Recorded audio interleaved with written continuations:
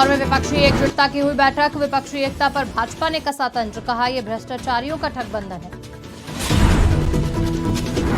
विपक्षी एकता पर बोले सम्राट चौधरी, कहा नीतीश को बेंगलुरु बुलाकर कांग्रेस ने की बेइज्जती। सीएम सोरेन से राजेश ठाकुर ने की मुलाकात, विकासगत कार्यों के मुद्दों पर हुई चर्चा। रामगढ़ में अमन साहू गैंग ने एटीएस पर की गोलीबारी, डिप्टी एसपी और दरोगा हुए घायल। महिलाओं के लिए बनेगी देश की पहली मस्जिद, जमशेदपुर में इबादत के साथ कुरान और हदीस की मिलेगी शिक्षा। नमस्कार, आप देख रहे हैं आज की खबर। मैं हूं आपके साथ रागिनी सिंह राठौर। रुक करते हैं खबरों का। 2024 चुनावों के मद्देनजर देश में विपक्ष एकजुट होने की कवायद में लगा है। बिहार के मुख्यमंत्री नीतीश कुमार की पहल पर शुरू हुई विपक्षी एकजुटता की दूसरी बैठक आज बेंगलुरु में हो रही है, जहां पूरे देश की 26 पार्टियां इसमें शिरकत कर रही हैं। इस बैठक को लेकर सारे देश की निगाहें बेंगलुरु पर टिकी हुई हैं। आखिर इस 2 दिवसीय बैठक में विपक्षी एकजुटता का एजेंडा क्या है? वहीं विपक्षी इस एकजुटता को लेकर झारखंड भाजपा के प्रवक्ता का कहना है कि यह भ्रष्टाचारियों और ठग बंधन दलों की एकजुटता है। भाजपा के प्रदेश अध्यक्ष सम्राट चौधरी ने बेंगलुरु में आयोजित विपक्षी एकता पर प्रहार करते हुए कहा कि बिहार के मुख्यमंत्री नीतीश कुमार को विपक्षी एकता के नाम पर बेंगलुरु बुलाकर कांग्रेस ने भारी बेइज्जती की है। उन्होंने कहा कि कांग्रेस की यही परंपरा रही है, पर एक साजिश के तहत उन्होंने नीतीश कुमार को अनस्टेबल लीडर बताकर उनकी बेइज्जती की। उन्होंने कहा कि कांग्रेस एक साजिश के तहत उनको बेंगलुरु बुलाया है और कांग्रेस का मकसद था कि वो नीतीश कुमार को गठबंधन में बुलाए, लेकिन उनका कोई रोल विपक्षी एकता में न हो। महागठबंधन के लोगों ने नीतीश कुमार जी को बुलाकर बेंगलोर में भारी बेइज्जती करने का काम किया। कांग्रेसियों ने कहा जिस प्रदेश में कांग्रेस की सरकार हो उस प्रदेश में नीतीश कुमार जी को अनस्टेबल कहा गया और नीतीश कुमार जी की भारी फजीयत कराई गई। ये कांग्रेसियों की चाल थी कि नीतीश कुमार उनके गठबंधन में आए, लेकिन उनका कोई रोल नहीं रहे। इसलिए आज बेंगलोर में जो स्थिति उत्पन्न हुई है, नीतीश कुमार इसके लिए स्वयं दोषी है। सीएम हेमंत सोरेन से आज झारखंड कांग्रेस के प्रदेश अध्यक्ष राजेश ठाकुर ने मुलाकात की। ये मुलाकात मुख्यमंत्री आवासीय कार्यालय पर हुई। इस अवसर पर मुख्यमंत्री को उन्होंने भारत जोड़ो यात्रा की बात कही, साथ ही आमजनों के साथ अभियान के उद्देश्य से अवगत कराया और कहा कि राज्य में चल रहे विकास कार्यों से संबंधित मुद्दों पर भी उन्होंने चर्चा की। गैंगस्टर अमन साहू के शूटरों को गिरफ्तार करने पतरातू पहुंची एटीएस की टीम पर ताबड़तोड़ गोलियां बरसाई गई। इसमें एटीएस के डीएसपी और पतरातू दरोगा घायल हो गए। जानकारी के मुताबिक अमन साहू गिरोह के 2 अपराधी बाइक पर सवार थे। एटीएस की टीम ने जैसे ही उन्हें घेरने की कोशिश की तो वो लोग ताबड़तोड़ फायरिंग करने लगे। डीएसपी को तत्काल इलाज के लिए मेडिकल अस्पताल रांची भर्ती कराया गया। वहीं सोनू कुमार को एक निजी अस्पताल में उपचार के बाद रांची रेफर किया गया। एटीएस की टीम ने अमन साहू गिरोह के 2 शूटरों को हथियार के साथ गिरफ्तार कर लिया है। हालांकि पुलिस इसकी पुष्टि नहीं कर रही है।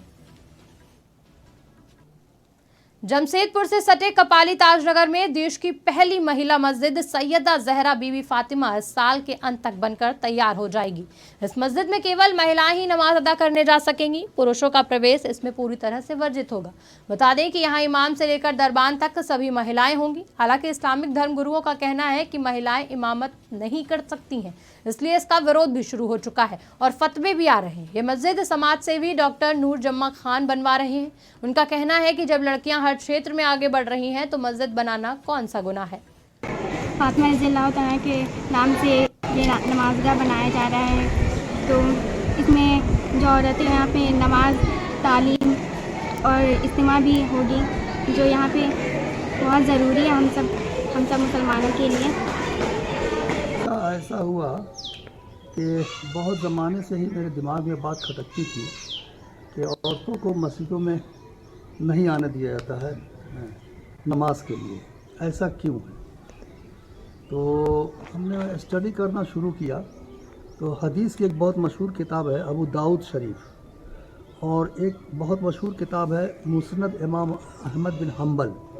उसमें हमने पढ़ा कि हमारे प्रोफेट हज़रत मोहम्मद मुस्तफ़ा सल्लल्लाहु अलैहि वसल्लम के ज़माने में मदीना शरीफ के एक कस्बे में एक मस्जिद थी जहाँ एक ख़ातून नमाज़ पढ़ाती थी, इमामत करती थी।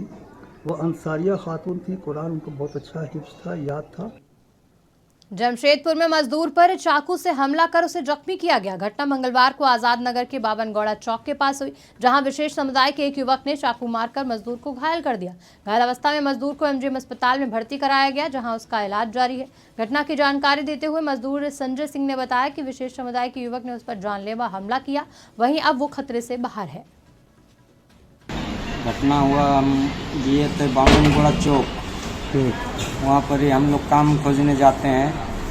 तो वहाँ एक तो मुस्लिम लड़का है, उसका नाम नहीं मालूम है, लेकिन उसको हम जानते हैं, उसका घर द्वार भी देखे हैं। तो वही मेरा ऊपर हमला किया, चाकू चला दिया। किस जगह पर? बाबनगौड़ा चौक में। हाँ, उसके बाद फिर क्या किया आपने? हम आए ये आज़ाद नगर थाना, वहाँ के रिपोर्ट लिखाएं। उसके बाद आज़ाद नगर थाना वाला हमको लेके आए यहाँ पर ही।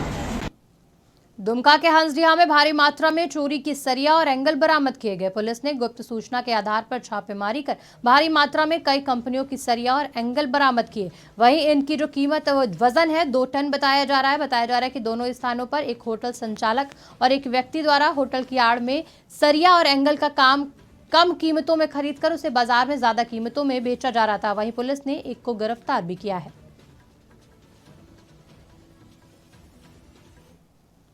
बरसात का मौसम आते ही सर्पदंश का मामला बढ़ता जा रहा है। ताजा मामला देर रात सरायकेला जिले के आरआईटी की पार्वतीपुर का है, जहां एक दंपत्ति को सांप ने काट लिया। आनन फानन में परिजनों ने दंपत्ति का इलाज के लिए एमजीएम अस्पताल में भर्ती कराया। इधर इलाज के दौरान बरेंची महतो की मौत हो गई। पापा को रात में सांप में काटा था घर में, मम्मी को 12 साढ़े 12 बजे करीब रात को। यहाँ आने के बाद एडमिट किए। एडमिट करने के बाद यहाँ कुछ दवाई था, कुछ दवाई हमको बाहर से लाना पड़ा। रात में मेडिकल खुला नहीं था, जो दवाई लाते लाते मेरा पापा मतलब काफ़ी देर हो चुका था। मेडिसिन का नाम तो मालूम नहीं है, ये वाला सब कुछ लिख के दिया है जो मेरे पास 2 है, और फिलहाल 20-40 डोज लाने बोला था, वो सब हम ला कर डॉक्टर को दे दिए हैं। वो तो सब मालूम नहीं था, मतलब कुछ इंजेक्शन यहाँ पर दिया, कुछ हमको बाहर से लाने बोला। देहांत तो अभी कितना 10 बज रहा ना, करीब वही 9:55 या 9 बजे के आसपास। मम्मी की स्थिति तो अभी मतलब वो किसी को पहचान नहीं सकते। खबर राजधानी पटना से है, जहां पुलिस के लाख दावों के बावजूद मरीन ड्राइव पर असामाजिक तत्वों का उत्पात लगातार जारी है। बीती रात एक बार फिर से मरीन ड्राइव पर उस समय अफरा तफरी हो गई जब 8 से 10 युवकों का ग्रुप हथियार के साथ बर्थडे पार्टी करने पहुंचा। मौके पर मौजूद लोगों ने उन उत्पाती युवकों की करतूत देखी तो वो हैरान रह गए। फिलहाल वो सभी अभी पुलिस की गिरफ्त में है। बर्थडे था, दोस्त लोग था, फोटो वगैरह खिंचा रहे थे। हम लोगों ने देखा, फिर हम लोग को देख के वो मतलब आगे भागा, नीचे बैठ के फिर बीएस गांजा पी रहा था। फिर हम लोगों ने फोन किया, 10 लोग थे हम लोग। अच्छा, अब हम लोग को देखे, हम लोग पीछे गए, फिर वो लोग नीचे जाके बीएस में पीने लगे। हम लोगों ने 112 पे कॉल किया, फिर जिप्सी आया, उधर से पुलिस लोग गए, वो लोग भागना शुरू कर दिया। हथियार भी बरामद हुई है, पुलिस ले गई पकड़ के। अरे हमने खुद पकड़ा, हमने हथियार। क्या नाम हुआ आपका? हमारा अभिनव। जनता दल यूनाइटेड ने प्रधानमंत्री नरेंद्र मोदी के भाषण को लेकर पलटवार किया। पार्टी के प्रवक्ता नीरज कुमार ने प्रधानमंत्री को जुमलेबाज करार देते हुए कई बड़े दिग्गज नेताओं का नाम लेते हुए कहा कि तमाम लोग बड़े घोटाले के आरोपी हैं, लेकिन आखिर प्रधानमंत्री उस पर कार्रवाई क्यों नहीं कर रहे हैं। साथ में कई दलों पर लगाए गए परिवार बात पर भी पलटवार कहा कि भाजपा के सबसे बड़ा परिवारवाद है। आदरणीय जुमलेबाज प्रधानमंत्री जी, राजनीति के आपके जो सहबाला हैं, प्रकाश मेहता, सुखराम, हेमंत विश्वकर्मा, मुकुल राय, शिवराज सिंह चौहान, रमेश पोखरियाल निशंक, शुभेंदु अधिकारी, नारायण राणे, अगर 56 इंच का कलेजा है तो यह बताइए कि इन पर आरोप क्या लगा था, क्या किस मामले की जांच हो रही थी, और उन तथ्यों के आलोक में सदाचार की परिभाषा पढ़ाइए। और परिवारवाद, अरे आपसे बड़ा राजनीति परिवारवादी कौन होगा? जो आपके नेता हैं, जरा देख लीजिए मंत्रिमंडल में ही घूमकर। जमशेदपुर के टाटानगर में आरपीएफ पोस्ट और जीआरपी ने मिलकर अंतर्राज्यीय गिरोह के लोगों को गिरफ्तार किया। अंतर्राज्यीय गिरोह नूर मोहम्मद अंसारी और उसके 2 साथियों को बोखरा से धर दबोचा गया। तीनों के पास से चोरी के 2 लैपटॉप, 5 मोबाइल फोन, नगद रुपए समेत 2 कंगन बरामद किए। फिलहाल इस बात की पुष्टि पुलिस ने की है। 10 तारीख को हावड़ा हटिया रांची एक्सप्रेस में 2 बैग चोरी होने की घटना रांची जीआरपी में दर्ज हुई, जिसमें यात्री नीतीश कुमार ने अपने संपत्ति, जिसका मूल्य करीब 2,25,000 रुपये था, उसकी चोरी की बात कही। वो घटना जब हमें पता चली अपने आरपीएफ के सूत्रों के द्वारा, तो हम लोगों ने उस ट्रेन का सीसीटीवी फुटेज वगैरह चेक किया और अपने स्तर से जितनी जानकारियाँ संबंधित चोरी के बारे में हो सकती थी हम इंतजाम कर रहे थे। इसी बीच में 16 दुमका में राजकीय श्रावणी मेला 2023 के अवसर पर 19 सालों बाद पवित्र सावन मास के बीच मलमास पुरुषोत्तम मास का संयोग लगा है। इसके साथ ही 18 जुलाई से ही बंगला श्रावणी मास का भी प्रारंभ हो चुका है। मलमास पुरुषोत्तम मास और बंगला श्रावण 16 अगस्त तक चलेंगे। मलमास समापन के बाद 17 अगस्त से 31 अगस्त तक श्रावण माह का दूसरा पखवाड़ा शुरू होगा। वहीं धार्मिक मान्यताओं के अनुसार पुरुषोत्तम माह का विशेष महत्व होता है। दूसरा सोमवार है, आज का कुछ विशेष महत्व है। सोमवती अमावस्या भी है और जो स्त्रियां सोमवती अमावस्या करती हैं उनका सुहाग का वृद्धि होता है। विशेष करके सावन में अगर सोमवती अमावस्या लग जाए तो ये बहुत फलदायक होती है। आज जो है पुरुषोत्तम मास आज शाम 6 बजे से शुरू होगा, ध्वजारोहण होगा।